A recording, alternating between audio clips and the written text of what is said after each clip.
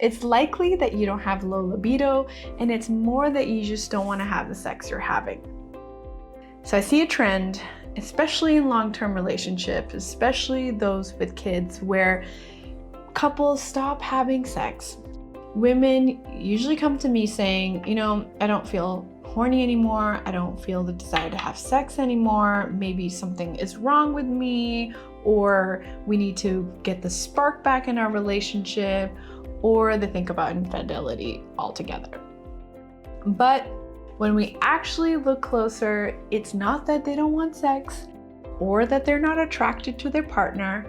It's that their body is saying no to the kind of sex that's available to them. And also simultaneously, they're stuck in a dynamic, in a relationship that's not really sexy. At the end of the day, if you are choosing sex over your favorite TV series, it has to be for a good reason. If that's you, and you're wondering what's happened to your desire and what's happening to your sex life, then this video is for you. Hi, I'm Theron. I'm a therapist who supports couples with intimacy, especially after kids, because let's be honest, a lot about our relationship and our bodies change after kids. Our capacity changes, our patience changes. We just don't have that much patience and that energy to push through something that we don't like.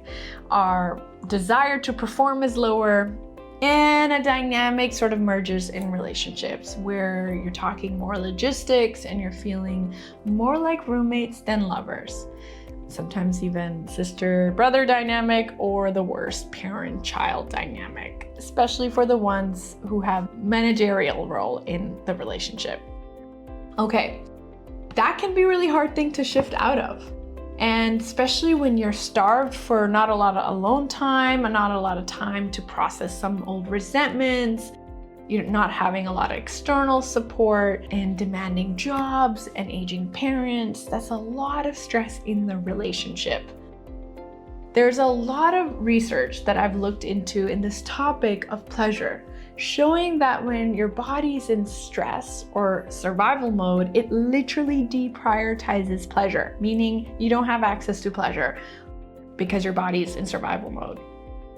And then having the pressure on top of that from your partner, or even worse, having the type of sex that hurts and is not aligned to your pleasure, well, that's gonna make desire that much further to access.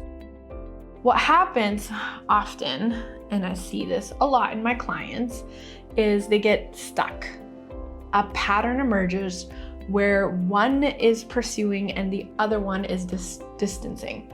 The one that's pressuring for sex feels rejected and is starved for intimacy, because maybe sex is where they get that connection and that level of intimacy that they may not have access to in normal life.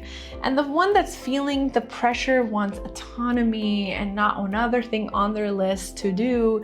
And that pressure just leads to more shutdown of pleasure in their body, maybe connected to trauma in the past, and maybe just period. It doesn't feel good to be pressured and doing things for others when they're really meant for your pleasure. But here's what most people don't understand about desire. Most people think that desire is something they should feel first, like something they felt in the past, where they're in the mood and therefore they want sex. So if you're not in the mood, you assume that it's gone. Maybe they think that they're not attracted to their partner and that's why they're not in the mood, or there's a lacking of passion or a spark. Most are trying to get back to how things were and recreate how those things were in the relationship or in another relationship, instead of evolving and getting curious about their pleasure and their sexuality. Before I helped others with this issue, I experienced this in my relationship, hence why I know so much about it, and hence I was able to help other people with it too. After the initial stage of honeymoon, and especially after kids, I experienced those same struggles of losing desire, getting stuck in this dance of pursuer distancer. But here's something that I came across that helped us transform our connection, our sexuality, and therefore helped my clients. And I want to tell you about it because I do think it can help you too. And that was to learn about something called responsive desire through Emily Nagoski and her awesome books. If you're interested, I would totally recommend getting her books on this topic. She shares responsive desire with an awesome analogy where she talks about responsive desire kind of being like a party you got to go to on Friday night. You know, you've been working all through the week and Friday comes along and you're just like so tired, you want to get in your PJs and sit on the couch. But instead, you know, okay, you know what? Usually when I go to these parties, my friends are there, I end up having a really good time and I'm glad I went. So you put on your clothes and you go to the party, and of course, you get there, you see your friends, and you start to have a good time. That's the analogy saying that your body, it needs something to feel good before it opens itself to pleasure, not the other way around. And so that means it could look something like, I'm not really in the mood, but maybe I can get a massage and maybe things can feel nice after that. And surely after a massage, it's starting to feel good and you start to go, I didn't know I was in the mood. So when I stopped making it about performance or pressure or what it should look like and what a healthy amount of sex should be in a relationship, but making it really about something completely different, about curiosity, like making it where sex wasn't even the goal. And what if the goal was just how good I can feel in my body, how good we can connect, and really truly about just being together in the space that's ours. It quickly became actually my medicine, a place where I could go to with my partner to connect, to de-stress, to exhale, to feel light. And that's when I realized something really important, that desire actually wasn't gone. It just wasn't available in the way we were coming about it, in the condition we were creating, and the dynamics that we were creating where one pursued and one distanced. And I see this with many clients where they're trying to get back to how things used to be and they're getting stuck.